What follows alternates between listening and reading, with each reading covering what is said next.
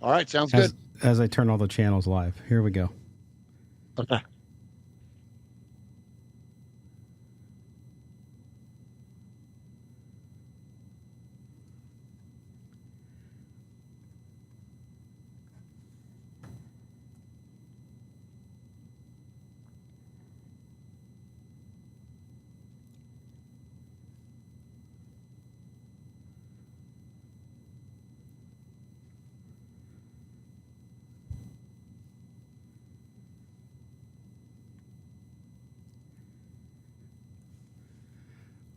Welcome back, everybody. Silver and Black today, an Odyssey original podcast. Also, you're listening to us early on a Sunday morning on The Bet in Las Vegas on the radio. Thanks for being with us, Raider Nation. The Raiders, 34-17 victors over the Los Angeles Rams. They had to go to 2-0 on the preseason. Another good game. Do us a favor, by the way, if you don't already subscribe to the podcast. Yes, we also have a podcast. You can hear us wherever you get your audio. Just search Silver and Black today. Do us a favor, put on the auto download every time we push a show, then you will get it delivered right to your device. Also, shout out to everybody watching us live on YouTube, on Twitter, on Rumble, and also Twitch. We even go to LinkedIn. Yeah, I can't believe it, but we're there as well. But anyway, we are here to talk about the Raiders' second preseason game, to break down all the action, give you instant reaction to the Raiders' second performance of the season against live action. Lots to talk about. And on these shows, as we always do, we bring in our good friend, and that is Murf from Raiders Fan Radio. You can follow him on Twitter, or the X now as it's called, @_Murf, MURF. I am at LV Gully. The show is at SNB Today. Murf, yes, it's just the preseason, but the Raiders, again, come out, look really good overall, offense, defense. We're going to get into the particulars, but as we always do to start off the show, we start with the voice of the fan, which is you. Want to get your initial reaction to what you saw tonight. What did you get excited by? Any concerns, anything? Just give us your kind of first opening monologue on what you saw tonight down in L.A., SoFi Stadium, the Raiders' vacation home, as everyone calls it. But give us your reaction to the 34-17 win.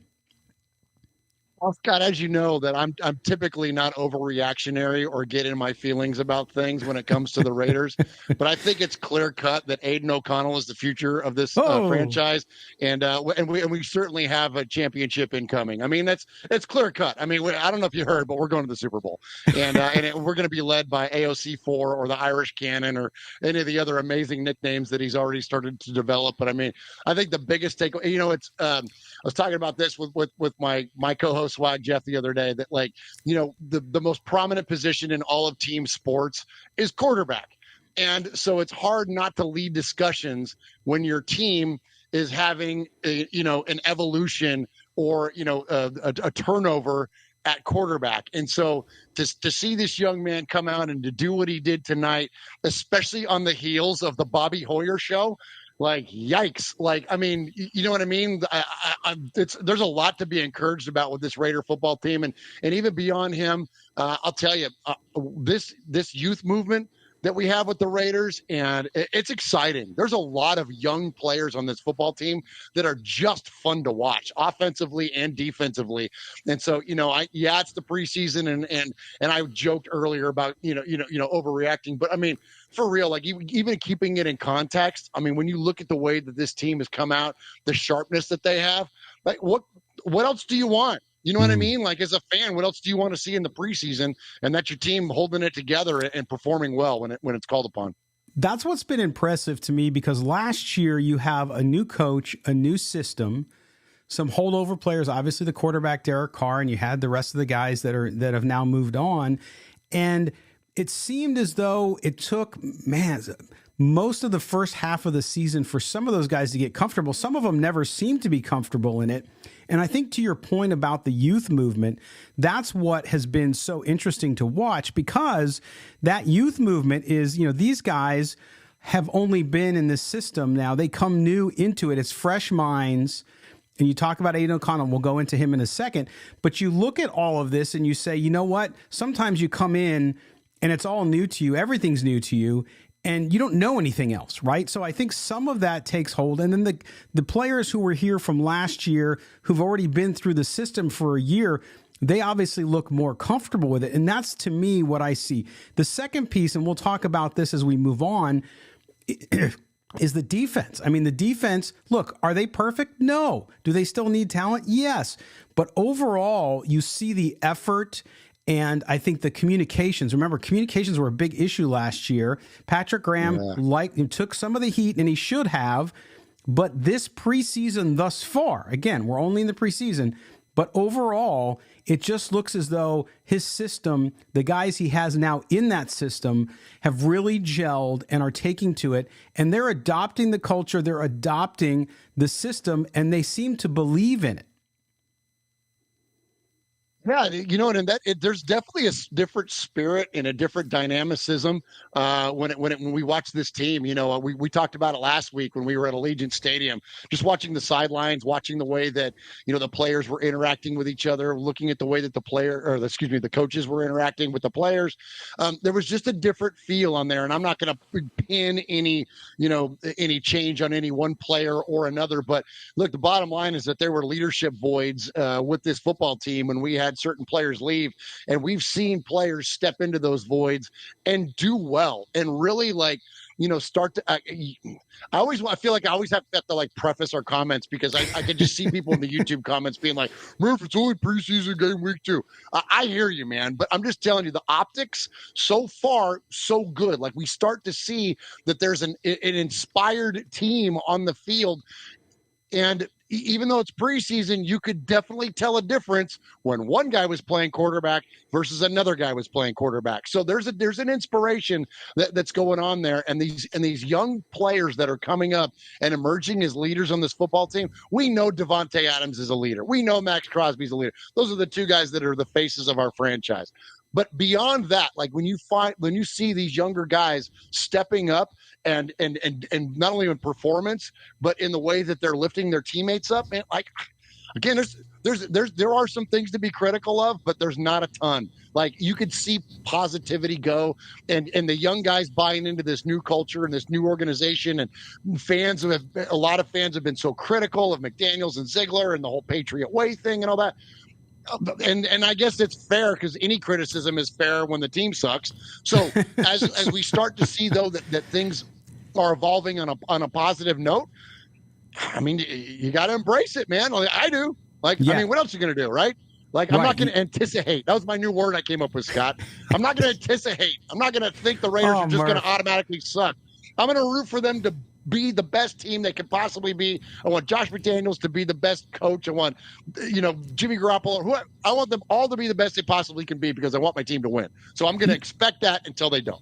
Yeah, absolutely. And anticipate is a very good one, because I think a lot of fans, and God bless them. I mean, look, Raider fans, all of you have been through so much over the last 3 decades, and it's hard, right? So you get your hopes up, and then they're dashed. You get your hopes up, and then they're dashed. But now I think, to this point, even I know fans out there, they might not want to do it just yet, and I still have my skepticism.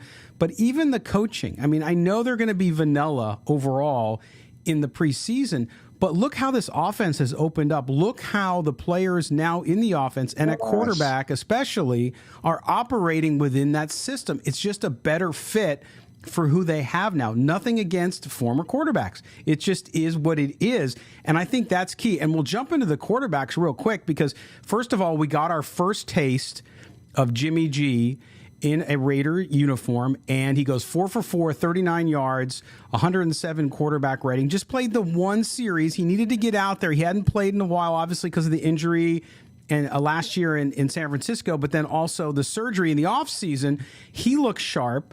And I think that was big for this team in the second game, to have their starting quarterback come out and go down the field, lead them to the first scored touchdown as well. That was big, I think, for fans to see, and for the team to see, and for Jimmy Garoppolo, frankly, to get out there with that unit and get some feel. Yeah, well, I'm glad everybody else got a chance to see it because I didn't. Shout out NFL Plus. Oh, no. My NFL Plus didn't kick in until after the first freaking drive, and I'm like Oh, scrambling on Twitter and like some of the listeners of our show, our made men, and everyone. I'm like, what happened? What happened? What happened? And I'm getting thank goodness we got good, a good crew in the Raider circle here in the inner circle because everyone's giving me play-by-play updates on what was going on. But anyways, but yeah, absolutely. And I know it was. I've heard this a little bit on Twitter tonight. Well, it was our ones and it was their twos. Well, okay. Well, our ones did what they were supposed to against their twos. So Amen. That's like, what else? Like, again, that's where I look at, like, sometimes when people are critical about certain things, I'm like, I guess you're just picking to be critical about whatever, because you're just picking to be critical about anything in your life, frankly. And I wish you better than that, because you know what I mean. It's encouraging, to see what our offense go out there, do what it's supposed to do. See Jimmy G go 4 for 4, 39 yards, 107 passer rating. Like, there you go. There's a Jimmy G kind of drive.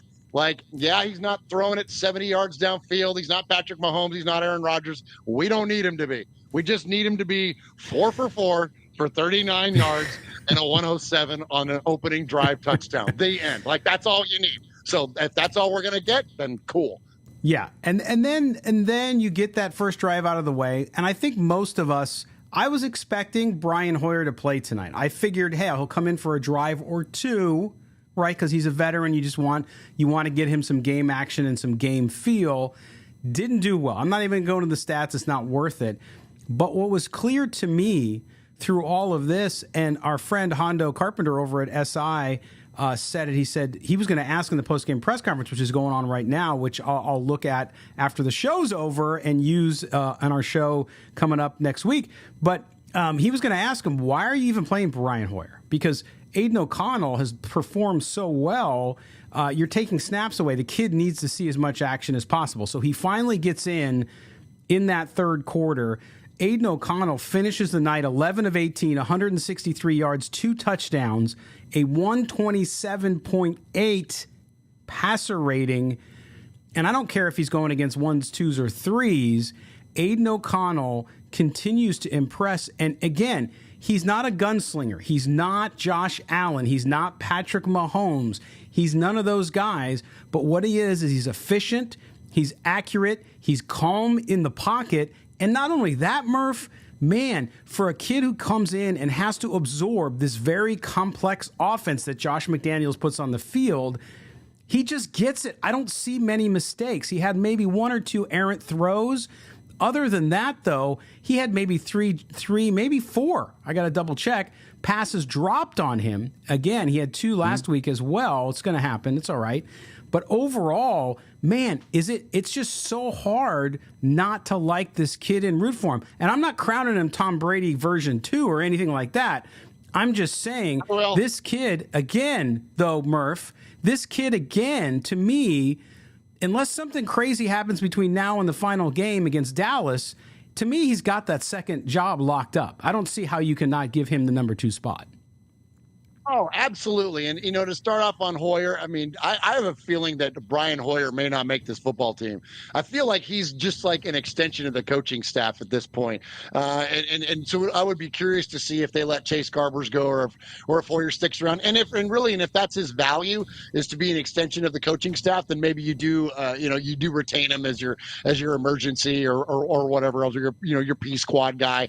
But anyways, yeah, he didn't look great at all. And then you got, O'Connell comes in, and, the big knock against O'Connell was his lack of mobility, right? And I think that as fans, we overrate the quarterbacks that have like this huge level of athleticism to where they're game planning around their ability to run the football and all that kind of stuff. I think we really overshoot that, because when you look at the quarterbacks that have been in the Super Bowl, I'm not even talking about the ones that have won, but the ones that have been in the Super Bowl. It's Tom Brady, it's Nick Foles, it's Jared Goff, it's Joe Burrow, and yes, you got Jalen Hurts, and yes, you got Russ, and Patrick Mahomes is a unicorn, so you can't count him. But like, for the most part, like, you look at the guys that play quarterback and end up in the Super Bowl, they're that style. Now, I'm not going to compare him to Tom Brady, but that's that style. It's that 1-2 balls out. Like bam, bam. And in this offense, as you mentioned, Scott, it's highly complex. And yes, they're running a vanilla version of it, but the guy is still executing it very, very well. He escapes pressure pretty darn well. He can get out and run a little bit, enough to get you a first down. And I got news for you, Raider Nation. That's all Patrick Mahomes does. He's just a baseball player. All he's doing is just sprinting out there and sliding, right? So that's all you need a guy to do, is just convert that first down. But then to me, though, like, and I'm with you, he's not a gunslinger, but he's got velocity downfield. We saw him split some defenders tonight and fire that thing in there with accuracy. And he's got the freaking, I could say cojones on the show, right? He's got the freaking cojones to drive that thing in there, man. He's not floating that sucker out of bounds. He's not just putting it up at whatever. And that's no shot at anybody else that wore number 4, but you know what I mean? Like, he's just freaking firing that thing in there, man. Yeah. Like, that's encouraging. Like, what else do you want to see as a fan, man? I'm telling you, I'm getting ready to go get my AOC 4 tattoo next week. A tattoo already. Oh, my goodness. All right, listen, we're going to take a quick break. When we come back, we're going to continue on Aidan O'Connell, because I have some more thoughts there, too, and I know you do, too, Murf, and we'll get through the show here. So stick with us. We're going to be right back in just a few seconds. This is Silver and Black Today, an Odyssey original podcast, also heard on the Bet in Las Vegas. Don't go anywhere.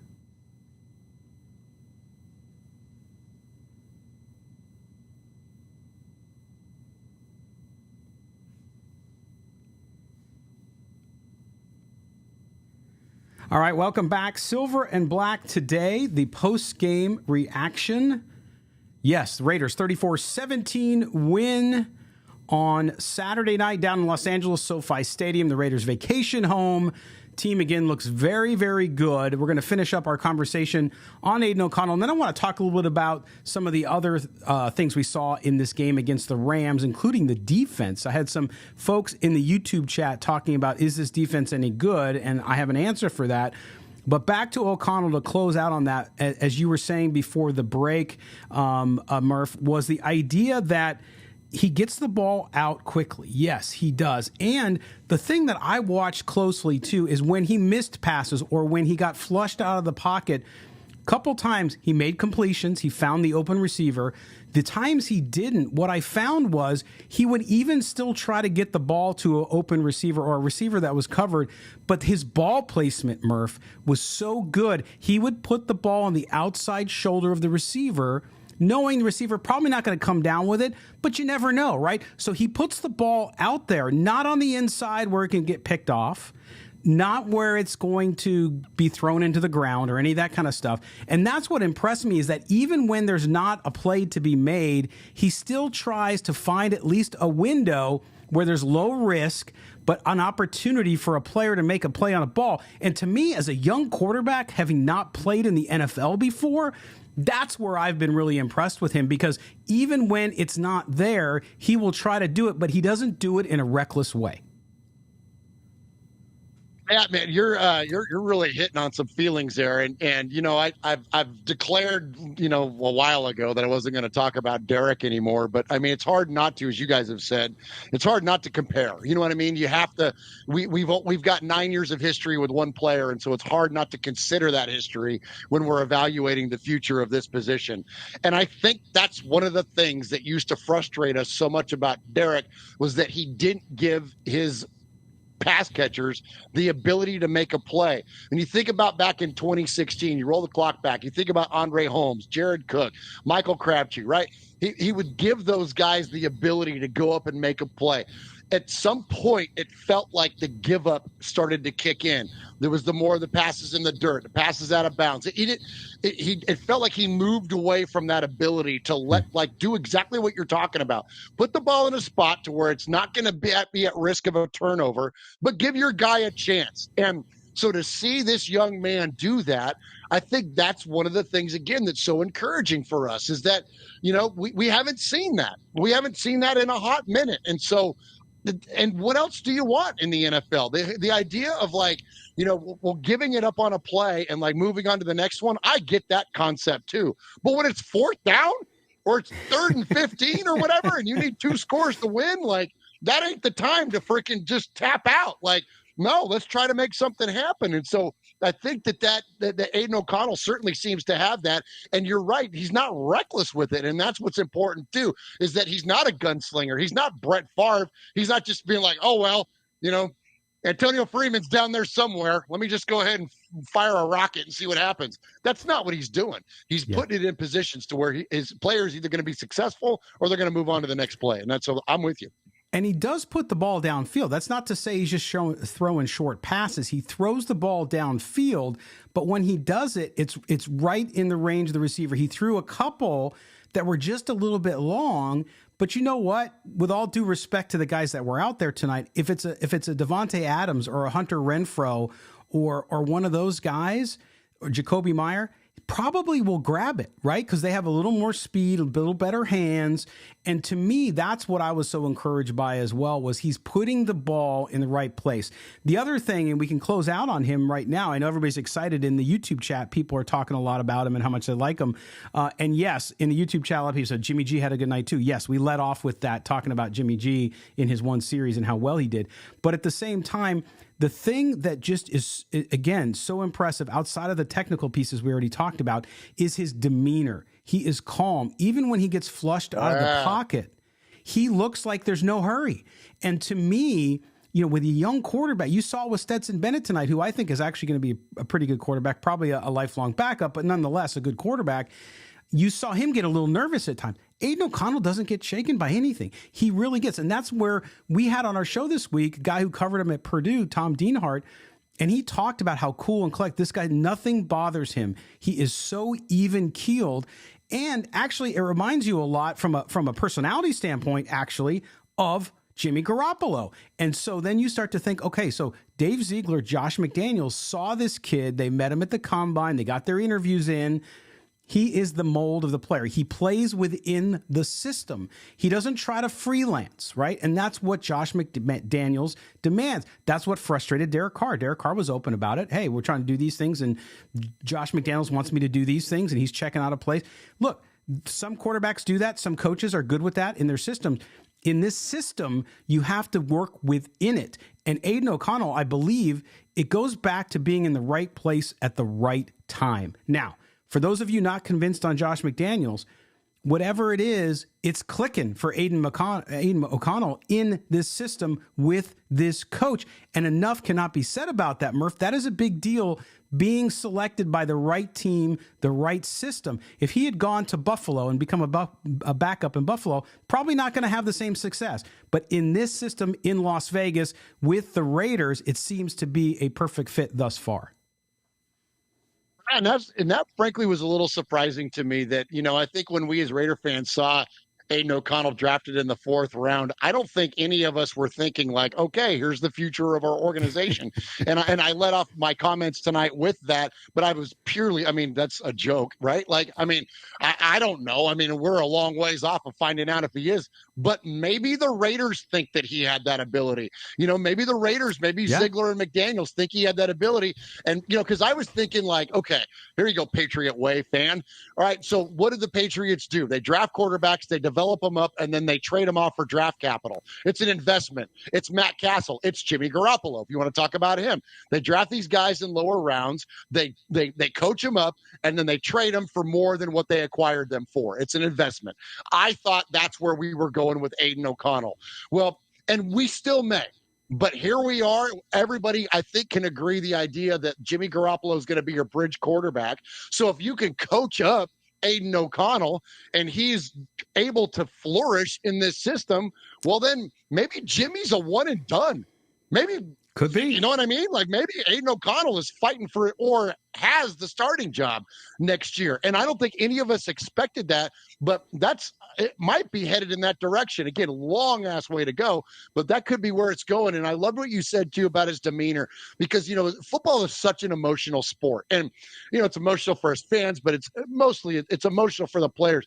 But the bottom line, man, if you listen to all the greatest coaches of all time, what's one thing a consistent message for them? You never get too high, you never get too low, because emotion you can't sustain. Right. We saw it last year, the year before when the Raiders went to the playoffs. That was all emotion. That was a team playing way above their talent level. That was 100% emotion. Well, that's not sustainable. You can't win year in, year out being that emotional. You have to have some sort of consistency, and so you want your leader, your quarterback, to display those traits, and so far so good. Yeah, and that's a great point, Murf. In the chat on YouTube, Javi Ramirez says, "Hey, where's the fan love here? Give him a voice." Javi, this is Murf. Maybe you don't know Murf. Murf is the host of Raiders Fan Radio. This is our Voice of the Fan segment. So Murf is on. He's a great representative. He's also part of the One Nation Foundation, which we'll get into before we say goodbye to Murf later. But so, Javi, that's what it's about. Murf is here as a fan, and he's talking from the fan perspective. So hopefully you enjoy it, man. We appreciate you being here, Javi. But yeah, so Aidan O'Connell. So let's look at some of the other things. And I know everybody's excited about it, and we're going to talk about them all week. I'm sure you'll talk about them on your show on Wednesday night. So make sure you check in. Go follow Raiders Fan Radio on YouTube, on Twitter, everywhere you can. And you see Murf's Twitter handle there @_Murf, MURF. So don't miss the show. It'll be fun, I'm sure, and you'll talk a lot about Aidan O'Connell. I can't wait to hear Jeff and Michelle talk about him. I'm sure they're going to be very excited. But let's jump in. Jeff's already shopping for jerseys. I saw him. I mean, he's using the Irish Cannon name too, so I love it. Yes, I'm trying to push it. Absolutely. But Murf, other players we want to look at. We look at Zamir White again, another good game, 10 carries, 40 yards, a 4-yard average. You'd like to see a little higher than that. I was saying, hey, 4.5 would have been good early in the game. He was about 5.5 yards per carry. He doesn't get a lot of work here. The bottom line here, I think Zamir White's going to be a good NFL running back. Is he a replacement for Josh Jacobs? Absolutely not. I think what I see in the running game in the preseason, my only concern, and it's not really a concern because Josh Jacobs will be back for week 1. I have no doubt about that, but it goes to show you the difference in level of play and talent, frankly, between Josh and between Zamir White. And to me, it's good, but that's the only thing I'm a little nervous about. If Josh Jacobs, for some reason, stands on principle and decides not to play for the Raiders this year, which I just can't believe would happen, they'd be in trouble there because they just don't have an explosive back like Josh Jacobs. I mean, and very few teams do, right? I mean, like Josh Jacobs is I mean, there's a reason he was the rushing leader last year. And so, yeah, I mean, it's, it's no knock on Zamir White to say he's no Josh Jacobs because, I mean, there's only 3 or maybe 4 running backs in the entire league that you would rather or wish to have on your team, of that caliber. So, yeah, he's definitely going to leave a void. But I'm with you, though. It's been a huge story for all of us in this offseason. But at the end of the day, the Raiders have all the leverage. There's no way Josh Jacobs is going to, go through the opportunity cost of leaving $10 million on the table. That's $10 million more he's going to have to earn in his career in order to make up for that, just to get back to even. I don't think there's any way that Josh Jacobs, doesn't come back. And, will he be as sharp in week 1 as if he were to have been through camp? I think it's fair to call that into question. But then if you've got somebody like Zamir White that can rotate in and out and still be productive, then I think the Raiders are still in pretty good shape. So, yeah, I'm with you. I don't think he's the answer. It's certainly not, Brandon Bolden, and it's not the other guys that we got in the room either. I like Sincere McCormick is fun. It's fun seeing the number 47 again. Shout out Tyrone Wheatley, right? Like It's fun seeing that number doing well again, but I don't think he's an answer, down in, down out again, because not many players are the caliber of Josh Jacobs. That's correct. And you want Zamir White, and I think the plan is, and it was Josh McDaniels said this at the beginning of training camp, maybe even back in OTAs, which is that he needs to be a larger part of the offense. You need to have him carry the ball more and a change of pace. He just doesn't have that afterburner, right, as I call it, that Josh Jacobs has. And there's nothing wrong with that. He is the player he is, and he's a fine player, and I think the Raiders are going to need him. And there'll be times when Josh Jacobs is stymied and you need a little change of pace, and Zamir White can come in and do it. And to your point about Sincere McCormick as well, there's going to be places for these guys. So I feel good about that. It's hard not to be able to see, and not to say that Josh Jacobs would have played. Now, I know he played last year in the preseason, even the Hall of Fame game. I don't know that he'd be playing now anyway. Maybe he would have played tonight for a series with Jimmy G, to see how that goes. But overall, it's going to be much more exciting, and the offense will be much more dynamic, even though it has been pretty dynamic with Aidan O'Connell and Jimmy G for a series tonight. But when he gets back, it'll be much more doing that. We look at receiving. Philip Dorsett had a nice night. 4 catches, 76 yards. Trey Tucker, after having some drop issues again in the first half, which has been something that's plagued him so far, 3 catches, 66 yards. He had a really nice second half. A lot of fans are excited about Trey Tucker because of his speed and what he's able to do there. And I am too. I've been skeptical. I watched him play at the University of Cincinnati live all season last year. And so I had a little bit of a negative view of him. But I do think this guy will be a development player. I don't expect him to contribute greatly. And I say greatly, meaning that he's going to be some breakout wide receiver for this team this year. He's going to run back kicks and do really well. But you saw tonight when he's on and he's fun to watch. Probably the best 89 that the Raiders have had in the last 10 years. We're speaking of the 4 to 89 connection, right? But I'm encouraged by Trey Tucker. He's fun to watch, man. And like, not only is he fast, but he's stocky. He reminds me of like a Steve Smith Senior, but junior. Like, like wearing that 89 and just like the way that he plays, he's scrappy. And it was really refreshing and really nice to see that a guy that's had, a challenge with catching I would say a challenge with catching the football. That's not fair. But like, if there's a knock on him, it's his hands at times. And so for him to come up with some big catches, I think it really will do a lot for his confidence. And you know what I mean? You can coach that stuff up. And so, as you mentioned, there was a lot of criticism around him when the Raiders drafted him, as far as like duplication of position with all the slot receivers that we have. But I think he's awesome, man. He's like, on the offensive side of the ball, like he's the guy that I'm rooting for most. Cause like you got like your made men, right? You got the guys that are going to, you got Josh Jacobs, you got Colt Miller, you got Jimmy Garoppolo, you got like those are the made dudes. But this is one of those guys, obviously Devontae and Hunter, and this is the guy. Trey Tucker's my guy.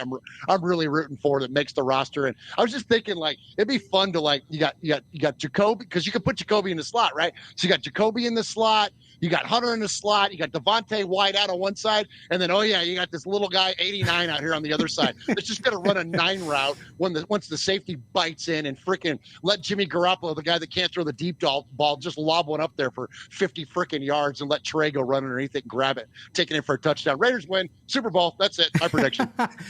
Absolutely. Okay, yeah, we're going to come back. Moe Moton will join us. He's finished his Bleacher Report live segment. So he's doing double duty as we stay up late into the night on the East Coast with Mo. When we come back for this final break, just for a few seconds, Mo will join Murf and I will close out the show. So we thank you for being with us. By the way, Paper Tiger on YouTube. I love this. You ready for this, Murf? He's calling Sincere McCormick Mini Wheats. I like that. I like that nickname. That's We're amazing. throwing out all kinds Love of it. new nicknames. I love it. All right. You're listening to Silver and Black today, an Odyssey original podcast, also heard on The Bet in Las Vegas. Don't go anywhere. We are coming right back.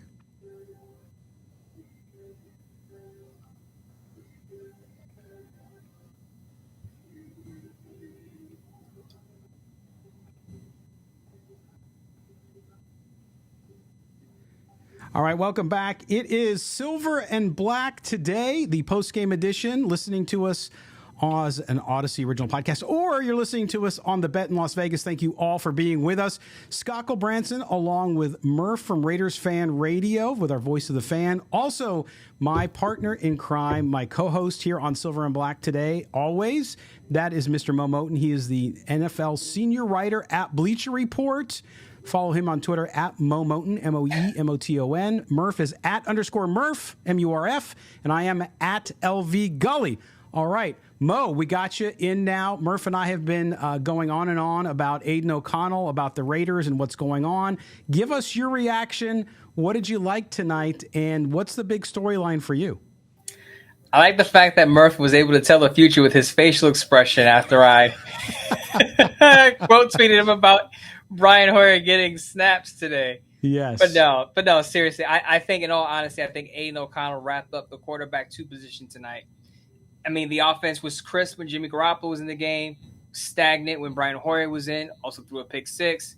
And then it was flowing again once Aidan O'Connell got back in the game. So to me, it's very clear. It's Jimmy Garoppolo, it's Aidan O'Connell, then it's Brian Hoyer. I said this on Twitter X that Brian Hoyer's value is in how he's able to help develop the young guys on that roster. He could be the teacher or the mentor. Don't want to see him too much on the field. But if he's in there just teaching Aidan O'Connell how to be a pro, how to pick up that offense because he has the experience in Josh McDaniels' offense, that's the way he could be an asset as a teacher, not so much as a player. Yeah, absolutely. And we talked a lot about the quarterbacks as well. And before we get out of the show here, I want to talk about the defense a little bit.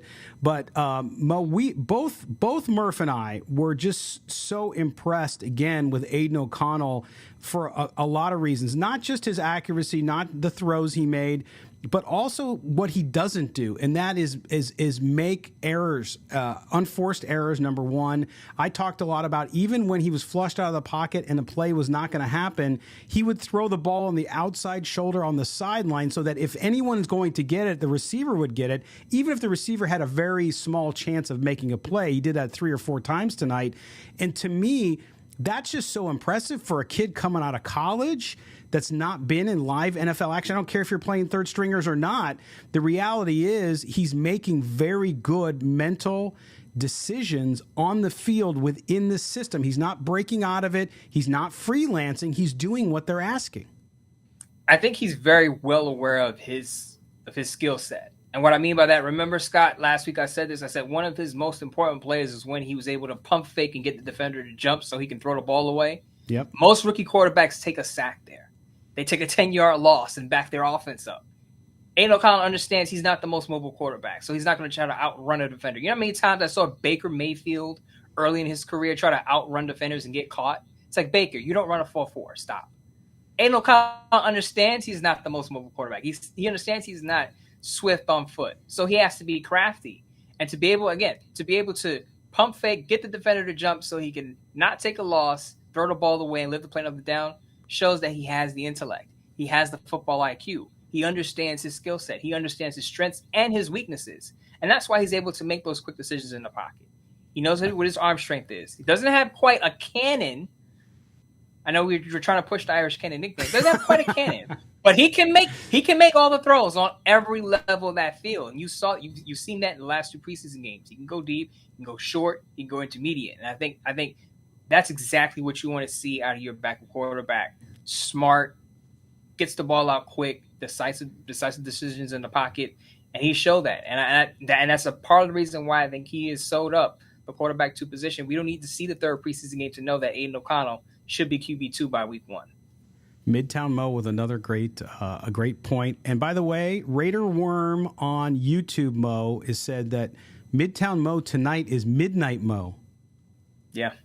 So there you go. I love it. That's another T-shirt. The nicknames coming out of this show tonight are just insane. Murf, I want to start with you on the next subject, which is the defense. I told you earlier, quickly in passing, that I'm just really impressed with the way the front of this defense is playing. Constant pressure up front, which is mind-boggling because the 7 years I've covered the Raiders, I have not seen that consistently up front since Khalil Mack was there. But also the fact that it seems like this team, they're deficient in talent on defense still. Linebackers, I was like, watching some of the linebacking play tonight. But at the same time, the Patrick Graham system seems to be sinking in with the veteran players, and then the young players coming in seem to be adopting it well, adjusting it well, and that communication seems to be there. And and I'm pushed back just a little bit. And of course, then I'm a crazy That's fan, okay. and I you know what I mean. I get excited about the smallest things, but like Curtis Bolton, watching him play in these past 2 preseason games, that dude is flashed, man. Like if Trey Tucker's my guy on the offensive side of the ball, Curtis Bolton's my guy on the defensive side of the ball. We saw Spillane have some plays early on. Luke Masterson, man, that was kind of my guy last year, and he hasn't really jumped off the screen or the field what he's had going on. But Curtis Bolton, I thought he was smaller than what he is. For some reason, I was thinking he was more like a DB build, but he's not. He's like 6'2", 228, and the dude can freaking move. And the way way that, like, I guess maybe because he's the number 36, and like I just equate that my old brain to a DB. But like when you see him and where they have him playing and the way that he'll get in there. I think did he have a sack tonight or almost had a sack tonight, or like he was. I mean, that guy has been flashing all over the field in the preseason, and like so I'm a big fan. I think that we underrate. Just like we did on the offensive line last year. I think we underrated the Raiders' confidence in Carmen Brasillo and his ability to coach up the existing offensive line. I think we're underrating Patrick Graham. And listen, I'm not a big fan of D coordinators with PG for initials, but like I think that there's a world where Patrick Graham has got the guys that he wants that are plug and play. And I think that we see these guys, start to have some success, players that we didn't expect. Like I didn't go into this offseason thinking like, oh, Curtis Bolton's going to be the guy that's going to be balling out in the preseason, but he's on every play. Like that guy's all over the field. So I don't know, man. I again, yeah, please, Mo, tell me. I actually agree with Murf here. I was just on my Bleacher Report Live and I said the linebacker core, the back end of it is showing me something. Now they're not making the splashy plays, all the sacks. Amari Burney had a splashy play at a sack last week, but Drake Thomas, an undrafted rookie with 12 tackles, 1 for loss today. As Murf said, Curtis Bolton is a different player.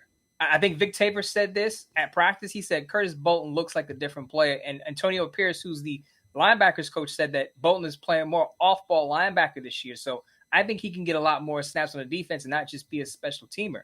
Darian Butler isn't going anywhere. As Murf said, Luke Messon not really showing me much. I think Darian Butler is ahead of him in the pecking order, but he's another one who's been all over the field. So I think Bolton, Burney, and Drake Thomas, those guys, and Butler, I think those guys are showing that they're not the bottom of the barrel. They may be able to contribute this year. And I think, not to say that they're starters, because that's supposed to be Divine Diablo and Robert Spillane. They're supposed to be the 2 lead guys. But I think the depth is there, and I think those guys are growing into their position. And the other thing that's important is it was noted that Curtis Bolton's communication has improved on the practice field. He's a veteran. He's about 27 years old, going to be 28 in December, I believe. So he's not young. But let's say if something happens where Divine Diablo is not in the field and you need a communicator in the middle of that defense, Curtis Bolton can actually be that guy. He can. Mo, if 27, almost 28 is not young, then you and I are in big trouble. For football years. Football years, that's for sure. We got about 5 minutes left, guys. Let me ask you this, Mo. You look at that entirety of the Patrick Graham defense. Are you getting the same sense that I am too? It just seems as though even when they get the ball moved on them a little bit, we saw the Rams with a couple nice drives in the game for sure. It just seems though they're in the right spot. They might not make the play, but to me, they seem to be, the coaching staff, I think, deserves a ton of credit, because I think these players have grasped this and they are doing what they're supposed to be. They're supposed to be in the play. There's a lot of people talking about Meek Robertson having a bad night. It happens. Everybody does. But clearly, these guys have a good grasp of what this defense is supposed to run like, and they're out there doing it. I have a comment about Isaiah Polamalu's interception, his pick 6, because I was just on Bleacher Report Live, and a lot of people said, well, the ball went right to him. And my counter to that is, how many times have the Raiders defenders had wide open interception, it just goes through their hands? How many times have we said that about Raiders defenders, where you got to bring in those easy interceptions? You got to bring in those easy interceptions. And then Isaiah Polamalu finally does it, and then people are saying, oh, that was an easy interception. How many times have we watched Trayvon Merrick, Amari Burney last week, and Duke Shelley each dropped an interception? Amik Robertson dropped an interception tonight. So Raiders defenders have been dropping easy interceptions over the past years. Isaiah Polamalu brings this one in, and not only brings it in, but takes it home for a pick 6. And I think that part of that is the ball hawking mentality that we heard from training camp. You bring in a Marcus Peters who not only picks off passes, but he's trying to score. And I think that's important, because even if Isaiah Polamalu is stopped short of the touchdown, he sets that offense up for 5 yards out from the goal. I don't want to say it's an easy drive, but it's a gimme at that point that you could just run it in, 2 to 5 yards and get your 6 points. So I think it's important that he, number one, held on to the football, got that interception, but also would have put his offense in good position, even if he didn't score on the pick 6. Absolutely. As we close out the show, a couple things. Number one, and I know there's a lot of good things going on for the Raiders, but I think you're going to see, and tell me both if you guys disagree. I think, again, the story is going to be Aidan O'Connell just because he's playing so well as a rookie. And again, it's not like he's going to fight for the starting position here. I don't think anybody has that expectation. But it continues to be a very good story. We had some folks in the chat saying it's only a story with Raider fans. It's not a national story. That's not true. I mean, Pro Football Talk, Rich Eisen, a bunch of shows did stories on him. It's a national story. He's now put 2 of these games together. It's going to be a bigger national story. You agree with me on that, Murf and Mo? Totally agree, man. I think that it's not only is it becoming a national story, but like if 2 weeks ago, were any of us comfortable with the idea that, okay, what's the big knock on Jimmy G? He's injury prone. Okay, so if he gets hurt, what are we going to do? We're screwed, right? Well, now, like, at least the feeling amongst, the folks that I interact with in terms of the Raiders fan radio inner circle and our fandom, we're not sweating it. If Jimmy G goes down for a few weeks, like, all right, like, we'll be okay. I mean, I'm not saying that, again, well, maybe he will go undefeated, Aidan O'Connell, and marches to a Super Bowl. But if in the case that doesn't happen, at least can he go in there and be efficient enough, which is what you want out of your backup quarterback, to lead. Look at what Marcus Mariota did as a backup. Look what Jarrett Stidham did as a backup. Can you efficiently run the offense and put the team in a position to be successful and potentially win the football game? Is there anybody out there that doesn't think that at this point Aidan O'Connell isn't capable of that? I would challenge you if you said you didn't think so, because the thing that was clutch there, Scott, is like what you said, is that now it's 2 in a row. It's one thing to do it once, but can you do it again? What have you done for me lately, Janet Jackson? Right? Like, did you do it a second time? And I think that's the thing that really freaking drove it home for me. I'm going to let you close out this conversation, Mo. Give me your take. Just a quick note. Brent Sobleski, who's my colleague at Bleacher Report, is writing a national column. And he hit me up on the side and said, what is the story out of the Raiders game tonight? And I said, it's Aidan O'Connell. And he was like, of course it is. He looks great. I saw a tweet from one of the top guys at Pro Football Focus say this is a pro throw that Aidan O'Connell made. He threw an absolute dime. I believe it was deep in the Rams' territory. A lot of people are talking about Aidan O'Connell. And as Murf said, if Jimmy Garoppolo was the guy, if he was an Iron Man, never missed a game or barely missed any time, the Aidan O'Connell story wouldn't be as big. But the fact that we kind of expect Jimmy Garoppolo to miss, at least a couple or a few games, it's a big deal because your backup is probably going to have to play behind Jimmy Garoppolo, and you have to be ready for that. And if you saw the game, you don't want that to be Brian Hoyer. I'd rather it be Aidan O'Connell. Even though we only saw him twice, he showed that he's capable enough to move that offense, albeit against backups, but he showed that he's actually earned that quarterback 2 spot, and Brian Hoyer hasn't. So I think because of Jimmy Garoppolo's injury history, as Murphy alluded to, it is important. It is a big story. It is a big story, and that's gonna close out our post-game reaction show tonight. We want to thank everybody for being with us, and for Mo dropping in late and doing double duty. Murf, as always, coming on and being the voice of the fan. Make sure you check out Raiders Fan Radio as well. One Nation Foundation. They raise money. You got to check it out. They're doing a great job. Make sure you get over there. It supports Raider Nation and also the Fred and Blitnikoff Foundation. So, guys, we will talk to you this week. Mo, I'll be back with you on Tuesday. We'll pick up the show. Guys, have a good night. You too, Scott. All right. Thank you, Scott. Have a good night. See you, Mo. See you, Murph. Thank you, guys. I appreciate everybody being with us, and everybody on YouTube, wherever you're watching us, Twitter, Twitch, Rumble, wherever you are. Thanks for being with us here on the postgame edition of Silver and Black today, which you can hear as an Odyssey original podcast, also on The Bet in Las Vegas. Do us a favor, subscribe to the podcast wherever you get your audio. Hit us up on YouTube, Twitch, wherever you're watching us as well. Subscribe, hit the notifications bell as well. For our producer, Mike Robier, for Moe Moton, for Murf from Raiders Fan Radio, I am Scott Gulbransen. This has been Silver and Black today. Take care, everybody.